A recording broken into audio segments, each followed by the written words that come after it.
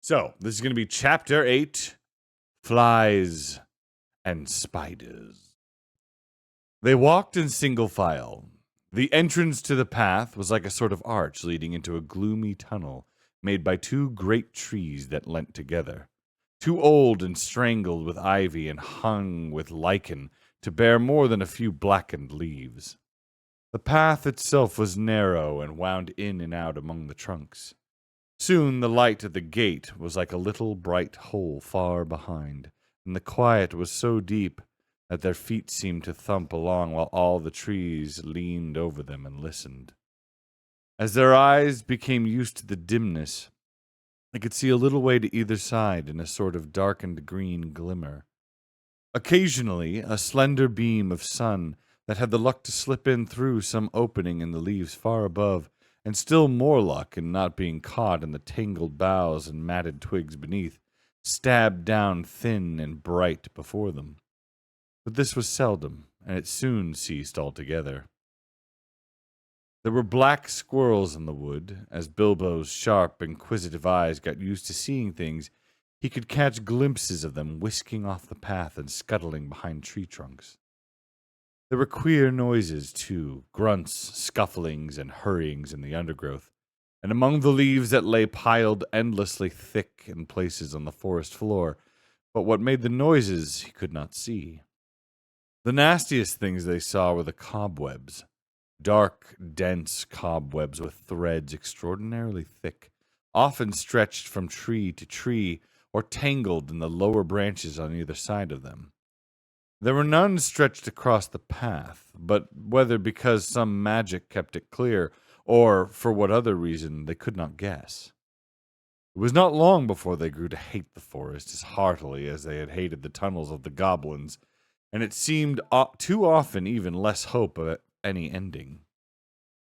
But they had to go on and on, long after they were sick for a sight of the sun and of the sky, and longed for the feel of wind on their faces. There was no movement of the air under the forest roof, and it was everlastingly still and dark and stuffy. Even the dwarves felt it, who were used to tunneling, and lived at times for long whiles without the sunlight. But the hobbit, who liked holes to make a house in, but not to spend summer days in, felt that he was being slowly suffocated. The nights were the worst. It then became pitch dark. Not what you call pitch dark, but really pitch. So black that you could really see nothing. Bilbo tried flapping his hand in front of his nose, but he could not see it at all. Well, perhaps it is not true to say that they could see nothing. They could see eyes. They slept all closely huddled together, and took it in turns to watch. And when it was Bilbo's turn, he would see gleams in the darkness round them, and sometimes pairs of yellow or red or green eyes would stare at him from a little distance, and then slowly fade and disappear, and slowly shine out again in another place. And sometimes they would gleam down from the branches just above him, and that was most terrifying.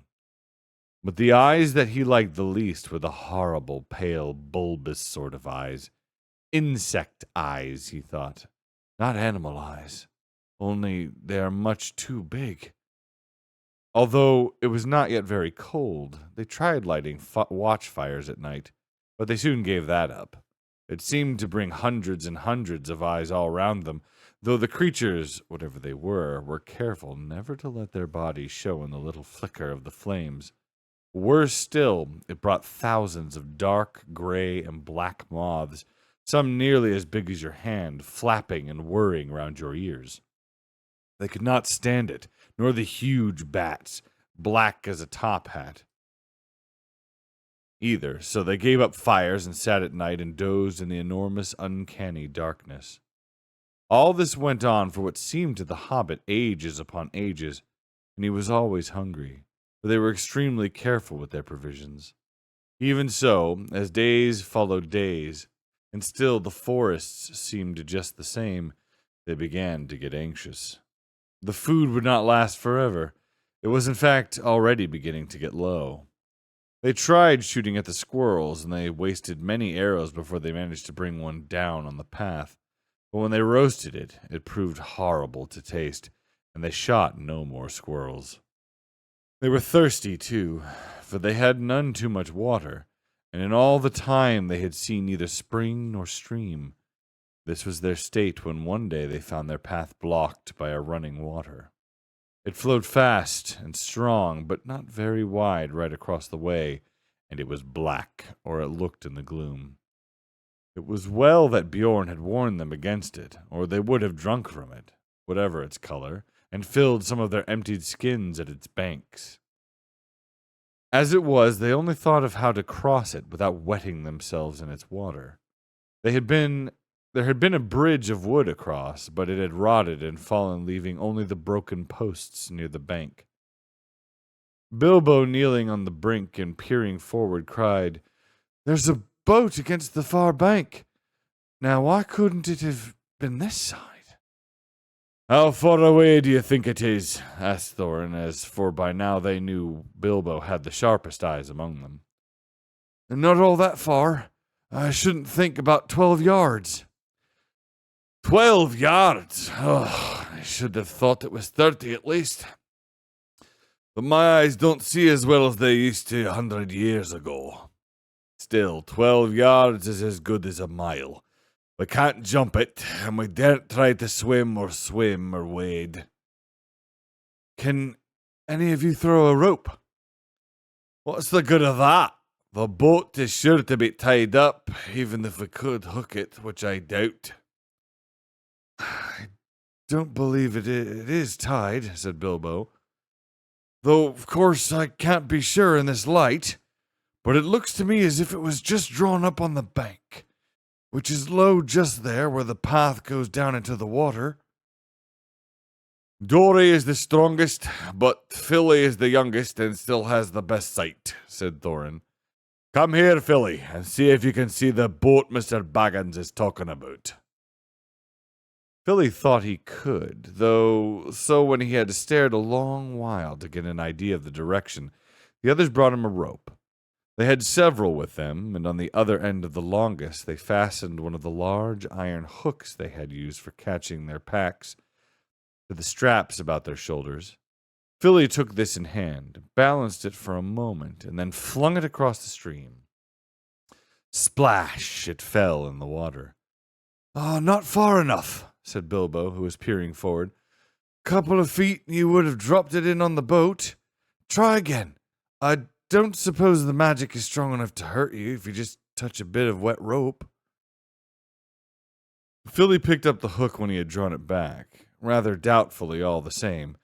This time he threw it with great strength. "Steady," said Bilbo. "You have thrown it right in the woods on the other side now. Draw it back gently." Philly hauled the rope back slowly, and after a while Bilbo said, "Careful! It's lying on the boat. Let's just hope the hook will catch." It did. The rope went taut, and Philly pulled in vain. Killy came to his help, and then Oin and Gloin. They tugged, and suddenly they all fell over on their backs. Bilbo was on the lookout, however, caught the rope, and with a piece of stick fended off the little black boat as it came rushing across the stream. "Help!" he shouted, and Balin was just in time to seize the boat before it floated off down the current. "It was tied after all," said he, looking at the snapped painter that was still dangling from it. "That was a good pull, my lads, and a good job our rope was the stronger." "Who'll cross first?" asked Bilbo. "I shall," said Thorin, "and you will come with me, and Philly and Balin. That's as many as the boat will hold at a time. After that, Killy and Oin, and Gloin and Dory. Next, Ori and Nori. Bifer and Bofer, and last Dwolin and Bomber." "I'm always last, and I don't like it," said Bomber. "It's somebody else's turn today." "You should not be so fat. As you are, you must be with the last and lightest boatload. Don't start grumbling against orders or something bad will happen to you." "There aren't any oars. How are you going to push the boat back to the far bank?" asked the Hobbit. Give me another length of rope and another hook, said Philly, and when they had got it ready, he cast it into the darkness ahead, and as high as he could throw it. As it did not fall down again, they saw that it must have stuck in the branches. Get in now, said Philly, and one of you haul on the rope as it's stuck in the tree on the other side. One of the others must keep hold of the hook we used at first, and when we are safe on the other side, you can hook it on, and you can draw the boat back. In this way, they were all soon on the far bank, safe across the enchanted stream. Dwalin had just scrambled out with the coiled rope on his arm, and Bomber, still grumbling, was getting ready to follow, when something bad did happen. There was a flying sound of hooves on the path ahead. Out of the gloom came suddenly the shape of a flying deer. It charged into the dwarves and bowled them over, then gathered itself for a high leap. High it sprang and cleared the water with a mighty jump. But it did not reach the other side in safety. Thorin was the only one who had kept his feet and his wits. As soon as he had landed, he had bent his bow and fitted an arrow in case any hidden guardian of the boat appeared. Now he sent a swift and sure shot into the leaping beast. As it reached the further bank, it stumbled. The shadows swallowed it up, but they heard the sound of hooves quickly falter and then go still. Before they could shout in praise of the shot, however, a dreadful wail from Bilbo put all thoughts of venison out of their minds.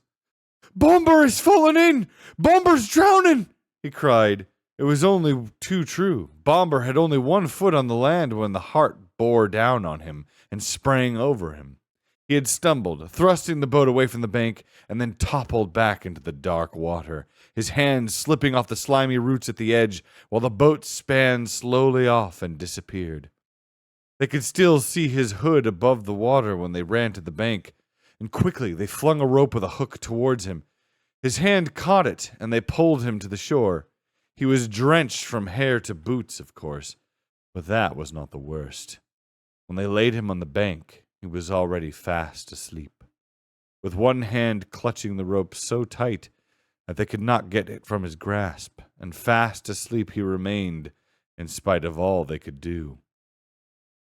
They were still standing over him, cursing their ill luck and Bomber's clumsiness, and lamenting the loss of the boat, which made it impossible for them to go back and look for the heart, when they became aware of the dim blowing of horns in the wood, and the sound as of dogs baying far off. Then they all fell silent, and as they sat it seemed they could hear the noise of a great hunt going by to the north of the path, though they saw no sign of it. There they sat for a long while, and did not dare to make a move. Bomber slept on with a smile on his fat face, as if he no longer cared for all the troubles that vexed them. Suddenly, on the path ahead appeared some white deer, a hind and fawns as snowy white as the heart had been dark. They glimmered in the shadows. Before Thorin could cry out, 3 of the dwarves had leapt to their feet and loosed off arrows from their bows. None seemed to find their mark.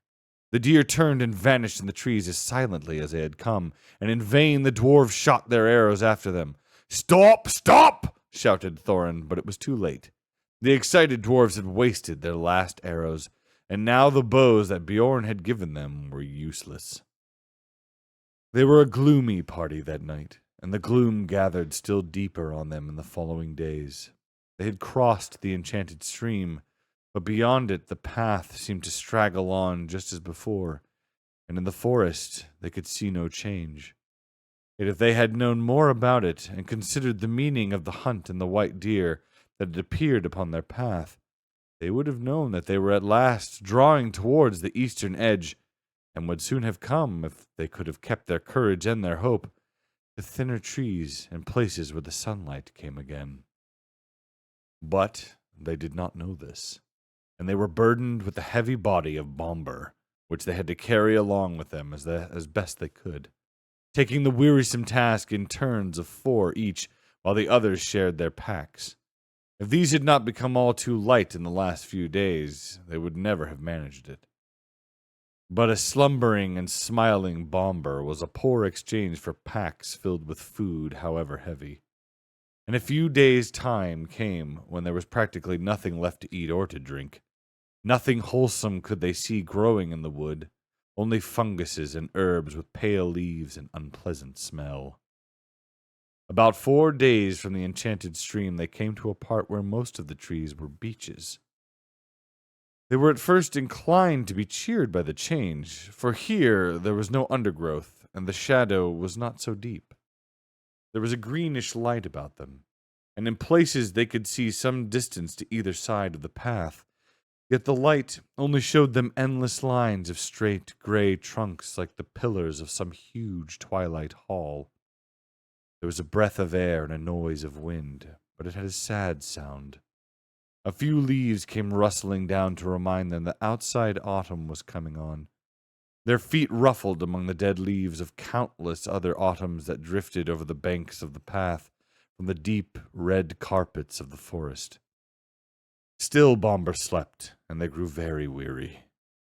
At times they heard disquieting laughter. Sometimes there was singing in the distance, too. The laughter was the laughter of fair voices, not of goblins, and the singing was beautiful. But it sounded eerie and strange, and they were not comforted. Rather, they hurried on from those parts with that strength that they had left. 2 days later, they found their path going downwards, and before long they were in a valley filled almost entirely with a mighty growth of oaks. "Is there no end to this accursed forest?" said Thorin. "Somebody must climb a tree and see if he can get his head above the roof and have a look around. The only way is to choose the tallest tree that overhangs the path." Of course, somebody meant Bilbo. They chose him because, to be of any use, the climber must get his head above the topmost leaves, and so he must be light enough for the highest and slenderest branches to bear him. Poor Mr. Baggins had never had much practice in climbing trees, but they hoisted him up into the lowest branches of an enormous oak that grew right out into the path, and up he had to go as best he could. He pushed his way through the tangled twigs with many a slap in the eye. He was greened and grimed from the old bark of the greater boughs. More than once he slipped and caught himself just in time, and at last, after a dreadful struggle in a difficult place where there seemed to be no convenient branches at all, he got near to the top. All the time he was wondering whether there were spiders in the tree, and how he was going to get down again, except by falling. In the end, he poked his head above the roof of leaves, and then he found spiders all right. They were only small ones of ordinary size, and they were after the butterflies. Bilbo's eyes were nearly blinded by the light. He could hear the dwarves shouting up at him from far below, but he could not answer, only hold and blink. The sun was shining brilliantly, and in it was a long while before he could bear it. When he could, he saw all round him a sea of dark green, ruffled here and there by the breeze, and there were everywhere hundreds of butterflies. I expect they were a kind of purple emperor, a butterfly that loves the tops of oak woods. But these were not purple at all. They were a dark, dark, velvety black, without any markings to be seen. He looked at the black emperors for a long time, and enjoyed the feel of the breeze in his hair and on his face. But at length the cries of the dwarves, who were now simply stamping with impatience down below, reminded him of his real business. It was no good. Gaze as much as he might, he could see no end to the trees and the leaves in any direction. His heart, that had been lightened by the sight of the sun and the feel of the wind, sank back into his toes. There was no food to go back to below. Actually, as I have told you, they were not far off the edge of the forest, and if Bilbo had had the sense to see it, the tree that he had climbed, though it was tall in itself, was standing near the bottom of a wide valley, so that from its top the trees seemed to swell up all round like the edges of a great bowl, and he could not expect to see how far the forest lasted. Still, he did not see this, and he climbed down full of despair. He got to the bottom again at last, scratched, hot, and miserable, and he could not see anything in the gloom below when he got there. His report soon made the others as miserable as he was. "The forest goes on forever and ever and ever in all directions. Whatever shall we do? And what is the use of sending a hobbit?" All of them cried as if it was his fault. They did not care tuppence about the butterflies and were only made more angry when he told them of the beautiful breeze, which they were too heavy to climb up and feel. That night they ate their very last scraps and crumbs of food, and the next morning, when they woke, the first thing they noticed was that they were still gnawingly hungry. And the next thing was that it was raining, and that here and there the drips of it was dropping heavily on the forest floor. That only reminded them that they were also parchingly thirsty. Without doing anything to relieve them, you cannot quench a terrible thirst by standing under giant oaks and waiting for a chance drip to fall on your tongue. The only scrap of comfort there was came unexpectedly from Bomber. He woke up suddenly and sat up scratching his head. He could not make out where he was at all, nor why he felt so hungry, for he had forgotten everything that had happened since they started their journey that May morning long ago. The last thing that he remembered was the party at Hobbit's house, and they had great difficulty in making him believe their tale of all the many adventures they had had since. When he heard that there was nothing to eat, he sat down and wept, for he felt very weak and wobbly in the legs. "Why ever did I wake up?" he cried. "I was having such a beautiful dream. I dreamed I was walking in a forest rather like this one, all lit with torches on the trees and lamps swinging from the branches, and fires burning on the ground. And there was a great feast going on forever. Oh, a woodland king wears a crown of leaves. And there was a merry singing, and I could not count to describe the things that there were to eat and drink." "Well, you need not try," said Thorin. "In fact, if you can't talk about anything else, you had better be silent. We are quite annoyed enough with you as it is. If you hadn't waked up, we should have left you to your idiotic dreams in the forest. You are no joke to carry even after weeks of shortcomings." There was nothing now to be done but to tighten the belts around their empty stomachs and hoist their empty sacks and packs, and trudge along the track without any great hope of ever getting to the end, before they lay down and died of starvation. This they did all that day, going very slowly and wearily, while Bomber kept on wailing that his legs would not carry him, and that he wanted to lie down and sleep. "No, you don't," they said. "Let your legs take their share. We've carried you far enough." All the same, he suddenly refused to go a step further and flung himself on the ground.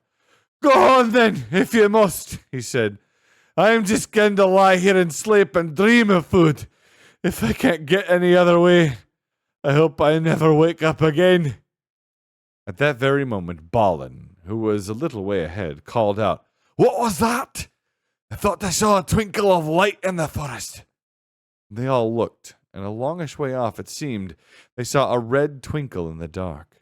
Then another, and another sprang out beside it. Even Bomber got up, and they hurried along then, not caring if it was trolls or goblins. The light was in front of them, and to the left of the path, and then when at last they had drawn level with it, it seemed plain that torches and fires were burning under the trees, but a good way off their track. "It looks as if my dream were coming true," gasped Bomber, puffing up behind. He wanted to rush straight off into the woods after the lights, but the others remembered only too well the warnings of the wizard and of Bjorn. "A feast would be no good if we never got back alive from it," said Thorin. "But without a feast, I shan't remain alive much longer anyway," said Bomber, and Bilbo heartily agreed with him. They argued about it backwards and forwards for a long while, until they agreed at length to send out a couple of spies to creep near the lights and find out more about them. But then they could not agree on who was to be sent. No one seemed anxious to run the chance of being lost and never finding his friends again. In the end, in spite of warnings, hunger decided them, because Bomber kept on describing all the good things that were being eaten, according to his dream, in the woodland feast. So they all left the path and plunged into the forest together. After a good deal of creeping and crawling, they peered round the trunks and looked into the clearing. where some trees had been felled and the ground leveled. There were many people there, elvish-looking folk, all dressed in green and brown, and sitting on sawn rings of the felled trees in a great circle. There was a fire in their midst, and there were torches fastened to some of the trees round about. But most splendid sight of all, they were eating and drinking and laughing merrily. The smell of the roast meats was so enchanting that, without waiting to consult one another, every one of them got up and scrambled forwards into the ring with the one idea of begging for some food. No sooner had the first stepped into the clearing than all the lights went out as if by magic. Somebody kicked the fire, and it went up in rockets of glittering sparks and vanished. They were lost in a completely lightless dark, and they could not even find one another. Not for a long time, at any rate. After blundering frantically in the gloom, falling over logs, bumping crash into trees, and shouting and calling till they must have waked everything in the forest for miles, at last they managed to gather themselves in a bundle and count themselves by touch. By that time they had, of course, quite forgotten in what direction the path lay, and they were all hopelessly lost, at least till morning. There was nothing for it but to settle down for the night where they were. They did not even dare to search on the ground for scraps of food for fear of becoming separated again. But they had not been lying long, and Bilbo was only just getting drowsy when Dory, whose turn it was to watch first, said in a loud whisper, "The lights are coming out again over there, and there are more than ever of them." Up they all jumped. There, sure enough, not far away, were scores of twinkling lights, and they heard the voices and the laughter quite plainly. They kept slowly towards them in a single line, each touching the back of the one in front.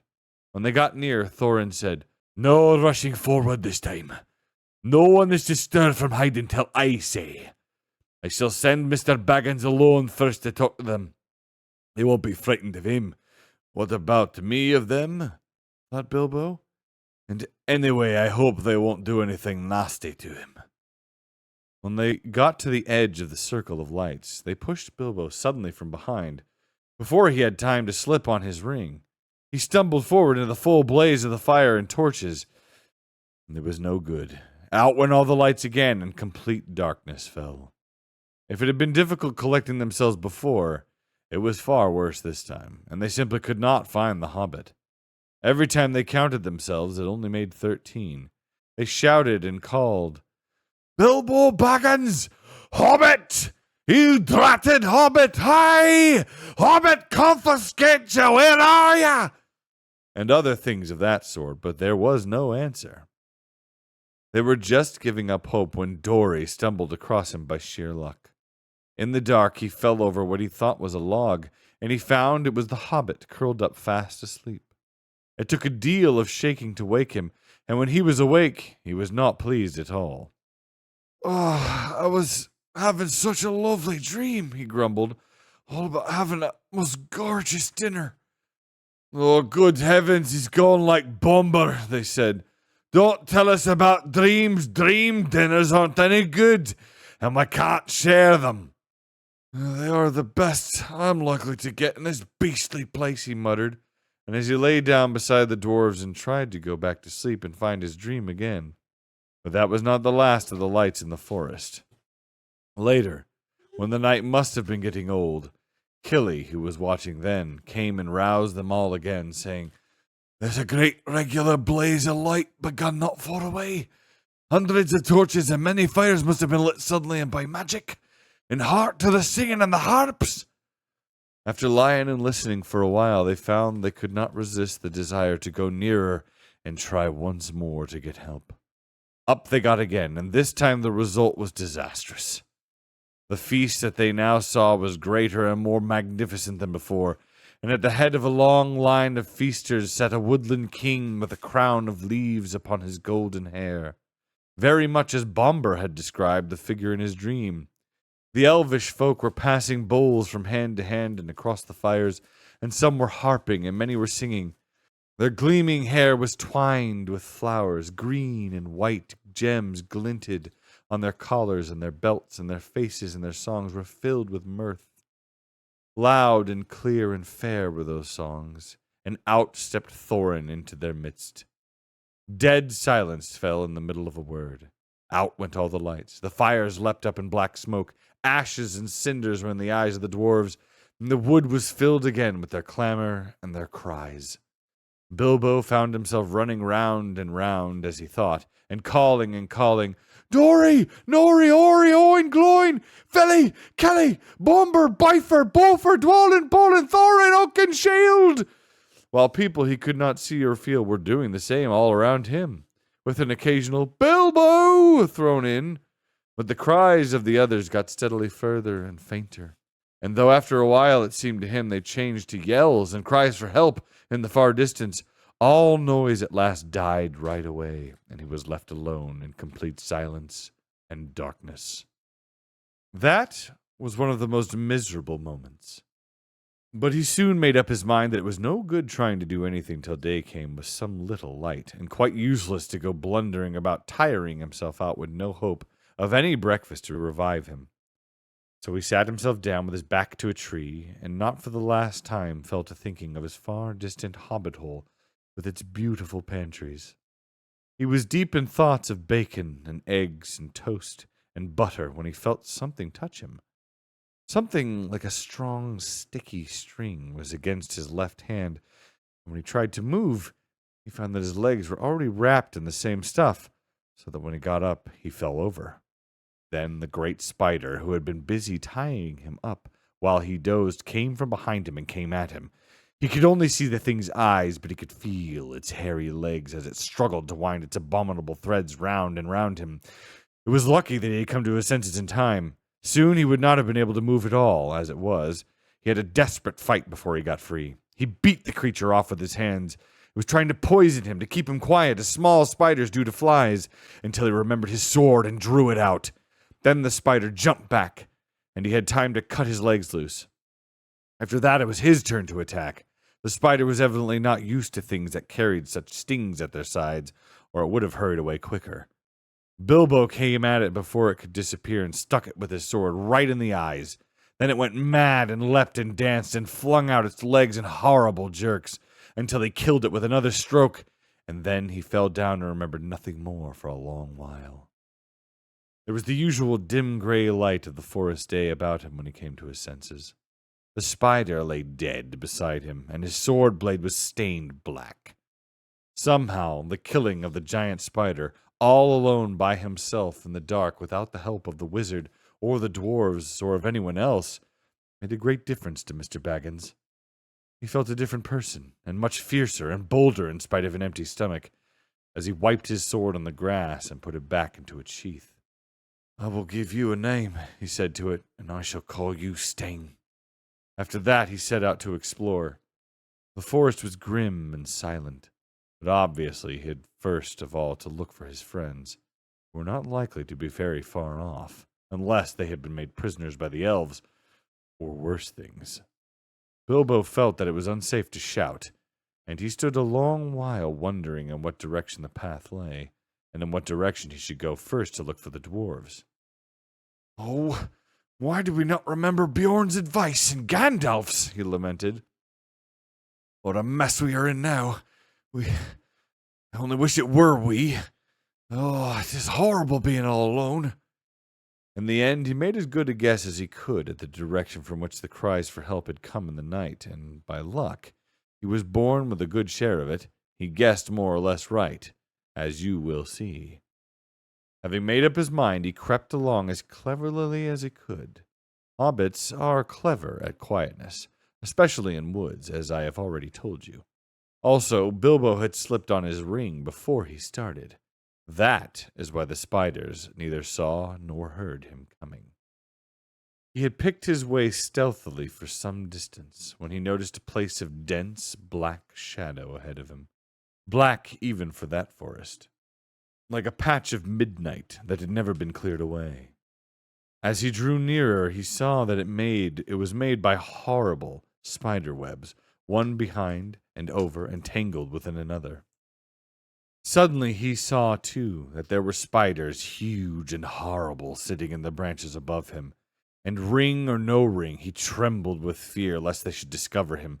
Standing behind a tree, he watched a group of them for some time, and then, in the silence and stillness of the wood, He realized that these loathsome creatures were speaking one to another. Their voices were a sort of thin, creaking and hissing, but he could make out many of the words that they said. They were talking about the dwarves. "It's a sharp struggle, huh? But worth it," said one. "What nasty thick skins they have, to be sure. But I'll wager there is good juices inside. Aye, they'll make fine eating. Yes, when they've hung a bit," said another. "Don't hang 'em too long," said a third. "They're not as fat as they might be. Been feeding none too well of late, I should guess." "Kill 'em, I say," hissed a fourth. "Kill 'em now and hang 'em up dead for a while." "They're dead now, I'll warrant," said the first. "That they are not. I saw one struggling just now. Just coming around again. I should say after a beautiful sleep. I'll show you." With that, one of the fat spiders ran along a rope till it came to a dozen bundles hanging in a row from a high branch. Bilbo was horrified, now that he noticed them for the first time dangling in the shadows, to see a dwarvish foot sticking out of the bottoms of some of the bundles, or here and there the tip of a nose, or a bit of beard, or of a hood. To the fattest of these bundles the spider went. "Oh, this poor bold Bomber, I bet," thought Bilbo, and nipped hard at the nose that stuck out. There was a muffled yelp inside, and a toe shot up and kicked the spider straight and hard. There was life in Bomber still. There was a noise like the kicking of a flabby football, and the enraged spider fell off the branch, only catching itself with its own thread just in time. The others laughed.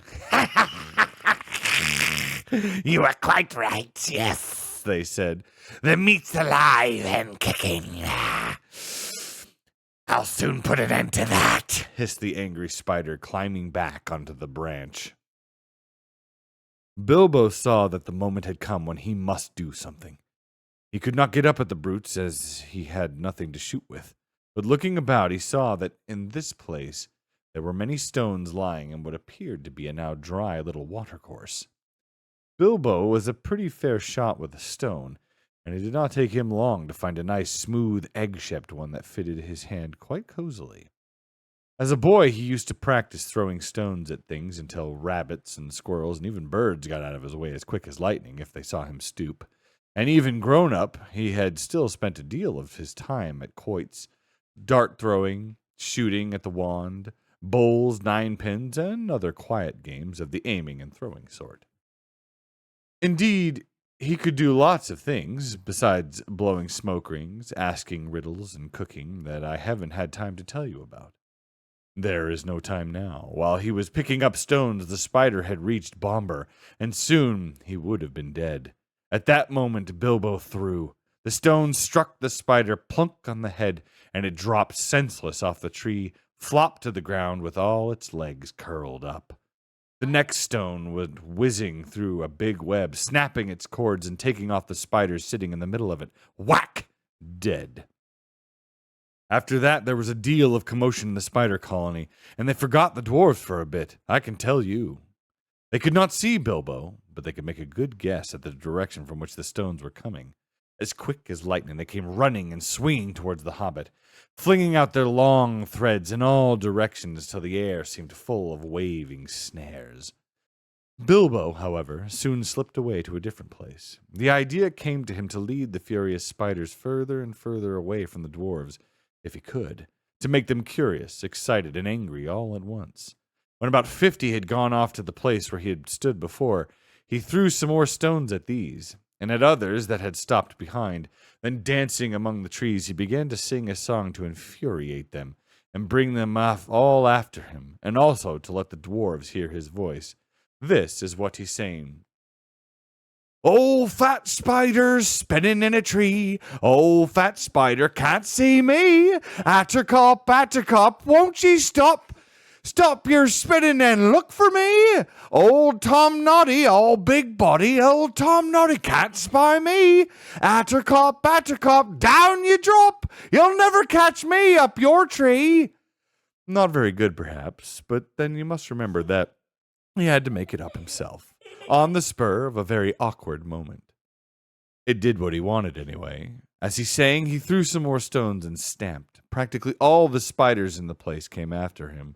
Some dropped to the ground, others raced along the branches, swung from tree to tree, or cast new ropes across the dark spaces. They made for this noise far quicker than he had expected, and they were frightfully angry. Quite apart from the stones, no spider had ever liked being called Attercop, and Tom Noddy, of course, is insulting to anybody.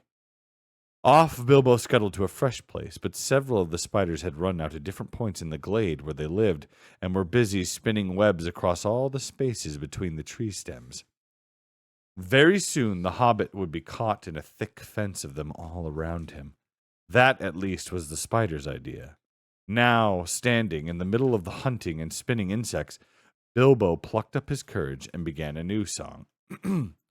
Lazy lob and crazy cob are weaving webs to wind me.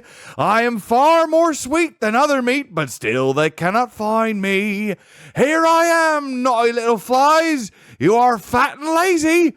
It cannot trap me, though you try, and your cobweb's crazy. With that, he turned and found that the last space between two tall trees had been closed with a web. But luckily, not a proper web. Only great strands of double-thick spider rope ran hastily backwards and forwards from trunk to trunk. Out came his little sword. He slashed the threads to pieces and went off singing. The spiders saw the sword, though I don't suppose they knew what it was, and at once the whole lot of them came hurrying after the hobbit along the ground, and the branches' hairy legs waving, nippers and spinners snapping, eyes popping full of froth and rage. They followed him into the forest until Bilbo had gone as far as he dared. Then, quieter than a mouse, he stole back. He had precious little time, he knew, before the spiders were disgusted and came back to their trees where the dwarves were hung. In the meantime, he had to rescue them. The worst part of the job was getting up onto the long branch where the bundles were dangling. I don't suppose he would have managed it if a spider had not luckily left a rope hanging down. With its help, though it stuck to his hands and hurt him, he scrambled up, only to meet an old, slow, wicked, fat-bodied spider who had remained behind to guard the prisoners and had been busy pinching them to see which was the juiciest to eat. It had thought of starting the feast while the others were away, but Mr. Baggins was in a hurry, and before the spider knew what was happening, it felt its sting and rolled off the branch dead. Bilbo's next job was to loose a dwarf. What was he to do?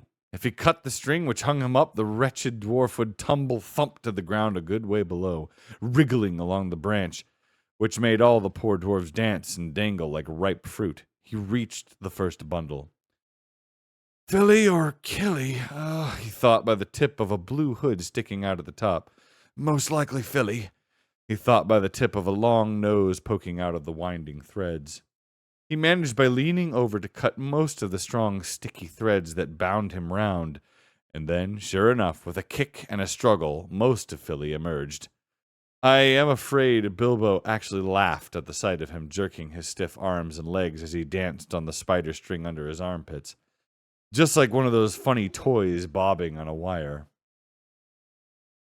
Somehow or other, Philly was got onto the branch, and then he did his best to help the hobbit, although he was feeling very sick and ill from spider poison, and from hanging most of the night and the next day wound round and round with only his nose to breathe through.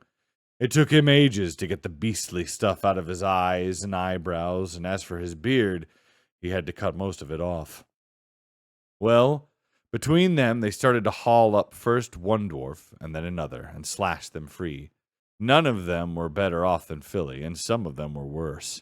Some had hardly been able to breathe at all. Long noses are sometimes useful, you see, and some had been more poisoned. In this way they were rescued. Killy, Bifer, Bofer, Dory, and Nori. Poor old Bomber was so exhausted he was the fattest and had been constantly pinched and poked that he just rolled off the branch and fell plop onto the ground, unfortunately onto the leaves, and lay there. But there were still 5 dwarves hanging at the end of the branch when the spiders began to come back, more full of rage than ever. Bilbo immediately went to the end of the branch nearest the tree trunk and kept back those that crawled up. He had taken off his ring when he rescued Philly and forgotten to put it on again, so now they all began to splutter and hiss. "Now we see you, you nasty little creature. We will eat you and leave your bones and skin hanging on a tree. Ah, he's got a sting, has he? Well, we'll get him all the same, and then we'll hang him head downwards for a day or 2. While this was going on, the other dwarves were working at the rest of the captives and cutting at the threads with their knives. Soon all would be free, though it was not clear what would happen after that. The spiders had caught them pretty easily the night before, but that had been unawares and in the dark. This time there looked like being a horrible battle. Suddenly, Bilbo noticed that some of the spiders had gathered round old Bombur on the floor and had tied him up again and were dragging him away. He gave a shout and slashed at the spiders in front of him. They quickly gave way, and he scrambled and fell down the tree right into the middle of those on the ground. His little sword was something new in the way of stings for them. How it darted to and fro. It shone with delight as he stabbed at them. 6 were killed before the rest drew off and left Bombur to Bilbo. Come down, he shouted to the dwarves on the branch. "Don't stay up there and be netted!" For he saw spiders swarming up all the neighboring trees and crawling along the boughs above the heads of the dwarves. Down the dwarves scrambled or jumped or dropped, 11 all in a heap, most of them very shaky and little use on their legs. There they were at last, 12 of them, counting poor old Bombur, who was being propped up on the other side by his cousin Bifur and his brother Bofur, and Bilbo was dancing about and waving his sting, and hundreds of angry spiders were goggling at them all round and above. It looked pretty hopeless. Then the battle began. Some of the dwarves had knives and some had sticks, and all of them could get at stones, and Bilbo had his elvish dagger. Again and again the spiders were beaten off, and many of them were killed, but it could not go on for long. Bilbo was nearly tired out. Only 4 of the dwarves were able to stand firmly, and soon they would all be overpowered like weary flies. Already the spiders were beginning to weave their webs all round them again from tree to tree. In the end, Bilbo could think of no plan except to let the dwarves into the secret of his ring. He was rather sorry about it, but it could not be helped. "I'm going to disappear," he said. "I shall draw the spiders off if I can, and you must keep together and make in the opposite direction. To the left there, that is more or less the way towards the place where we last saw the elf fires." It was difficult to get them to understand, what with their dizzy heads and the shouts and the whacking of sticks and the throwing of stones. But at last Bilbo felt he could delay no longer, and the spiders were drawing their circle ever closer. He suddenly slipped on his ring, and to the great astonishment of the dwarves, he vanished. Soon there came the sound of "Lazy Lob" and "Attercop" from among the trees away on the right. That upset the spiders greatly. They stopped advancing, and some went off in the direction of the voice. Attercop made them so angry that they lost their wits. Then Balin, who had grasped Bilbo's plan better than the rest, led an attack. The dwarves huddled together in a knot, and sending a shower of stones, they drove at the spiders on the left and burst through the ring. Away behind them now, the shouting and singing suddenly stopped. Hoping desperately that Bilbo had not been caught by the dwarves went on. Not fast enough, though. They were sick and weary, and they could not go much better than a hobble and a wobble, though many of the spiders were close behind. Every now and then they had to turn and fight the creatures that were overtaking them, and already some spiders were in the trees above them and throwing down their long, clinging threads. Things were looking pretty bad again, when suddenly Bilbo reappeared and charged into the astonished spiders unexpectedly from the side. Go on, he shouted. "I will do the stinging." And he did indeed. He darted backwards and forwards, slashing at spider threads, hacking at their legs, and stabbing at their fat bodies if they came too near. The spiders swelled with rage and spluttered and frothed and hissed out horrible curses, but they had become mortally afraid of Sting and dared not come very near now that it had come back. So curse as they would, their prey moved slowly but steadily away. It was a most terrible business, and seemed to take hours. But at last, just when Bilbo felt that he could not lift his hand for a single stroke more, the spiders suddenly gave it up, and followed them no more, but went back, disappointed, to their dark colony. The dwarves then noticed that they had come to the edge of a ring where elf fires had been. Whether it was one of those that they had seen the night before, they could not tell. But it seemed that some good magic lingered in such spots, which the spiders did not like. And at any rate here, the light was greener, and the boughs less thick and threatening, and they had a chance to rest and draw breath. There they lay for some time, puffing and panting, but very soon they began to ask questions. They had to have the whole vanishing business carefully explained, and the finding of the ring interested them so much that for a while they forgot their own troubles. Balin, in particular, insisted on having the Gollum story, riddles and all, told all over again, with the ring in its proper place.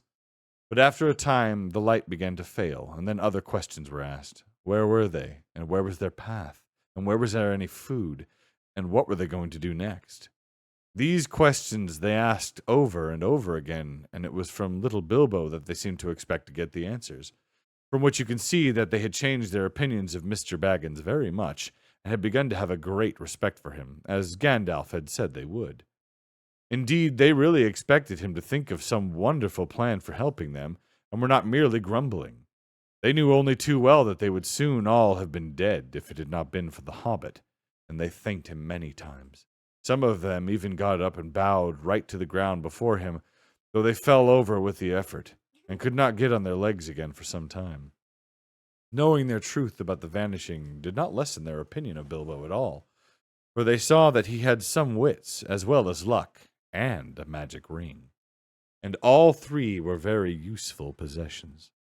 In fact, they praised him so much that Bilbo began to feel there really was something of a bold adventurer about himself after all, though he would have felt a lot bolder still if there had been anything to eat. But there was nothing at all, and none of them were fit to go and look for anything, or to search for the lost path. The lost path. No other idea would come into Bilbo's tired head. He just sat staring in front of him at the endless trees, and after a while they all fell silent again. All except Balin. Long after the others had stopped talking and shut their eyes, he kept on muttering and chuckling to himself. Gollum. Well, I'll blessed. So that's how he snuck past me, is it? Well, I know. I just crept quietly along, did you, Mr. Baggins? Buttons all over the doorstep. Good old Bilbo. Bilbo. And then he fell asleep, and there was complete silence for a long while. All of a sudden, Dwalin opened an eye and looked round at them. Where is Thorin? He asked. It was a terrible shock. Of course, there were only 13 of them. 12 dwarves and the Hobbit. Where indeed was Thorin? They wondered what evil fate had befallen him, magic or dark monsters, and shuddered as they lay lost in the forest. There they dropped off one by one into uncomfortable sleep full of horrible dreams, as evening wore to black night, and there we must leave them for the present, too sick and weary to set guards or to take turns at watching. Thorin had been caught much faster than they had. You remember Bilbo falling like a log into sleep as he stepped into a circle of light. The next time, it had been Thorin who stepped forward, and as the lights went out, he fell like a stone enchanted. All the noise of the dwarves lost in the night, their cries as the spiders caught them and bound them, and all the sounds of the battle next day had passed over him unheard. Then the wood elves have come upon him, and bound him and carried him away. The feasting people were wood elves, of course. These are not wicked folk. If they have a fault, it is distrust of strangers. Though their magic was strong, even in those days they were wary. They differed from the high elves of the West and were more dangerous and less wise. For most of them, together with their scattered relations in the hills and mountains, were descended from the ancient tribes that never went to ferry in the West. There the light elves and the deep elves and the sea elves went and lived for ages, and grew fairer and wiser and more learned, and invented their magic and their cunning craft in the making of beautiful and marvelous things, before some came back into the wide world. In the wide world the wood elves lingered in the twilight of our sun and moon, but loved best the stars, and they wandered in the great forests that grew tall in lands that are now lost. They dwelt most often by the edges of the woods, from which they could escape at times to hunt or to ride and run over the open lands by moonlight or starlight. And after the coming of men, they took even more and more to the gloaming and the dusk. Still, elves they were and remain, and that is good people.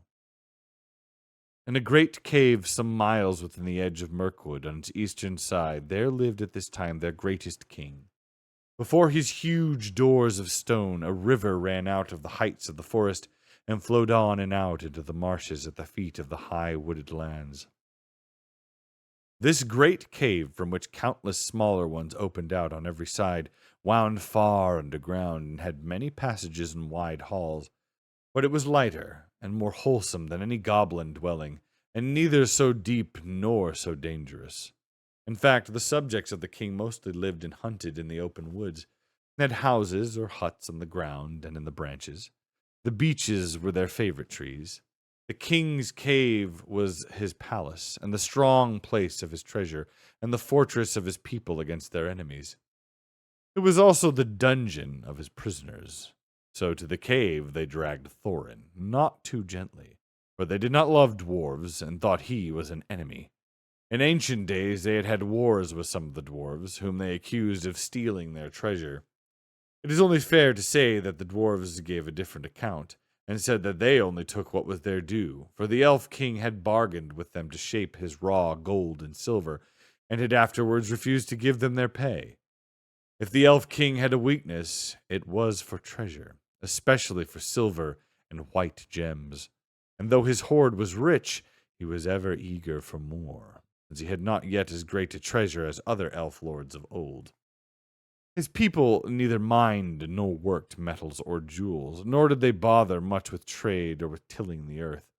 All this was well known to every dwarf, though Thorin's family had had nothing to do with the old quarrel I have spoken of. Consequently, Thorin was angry at their treatment of him. When they took their spell off of him and he came to his senses, he also was determined that no word of gold or jewels would be dragged out of him.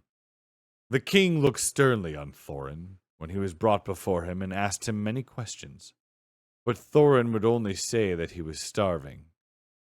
"Why did you and your folk 3 times try to attack my people at their merrymaking?" asked the king. "We did not attack them," answered Thorin. "We came to beg because we were starving." "Where are your friends now, and what are they doing?" "I don't know, but I expect starving in the forest." "What were you doing in the forest?" "Looking for food and drink because we were starving." "But what brought you into the forest at all?" asked the king angrily. At that, Thorin shut his mouth and would not say another word. "Very well," said the king. "Take him away and keep him safe until he feels inclined to tell the truth, even if it waits 100 years. Then the elves put thongs on him and shut him in one of the inmost caves with strong wooden doors and left him. They gave him food and drink, plenty of both, if not very fine, for wood elves were not goblins and were reasonably well behaved, even to their worst enemies, when they captured them. The giant spiders were the only living things that they had no mercy upon. There, in the king's dungeon, poor Thorin lay, and after he had got over his thankfulness for bread and meat and water, he began to wonder what had become of his unfortunate friends. It was not very long before he discovered, but that belongs to the next chapter, and the beginning of another adventure in which the Hobbit again showed his usefulness. And that is the end of chapter 8.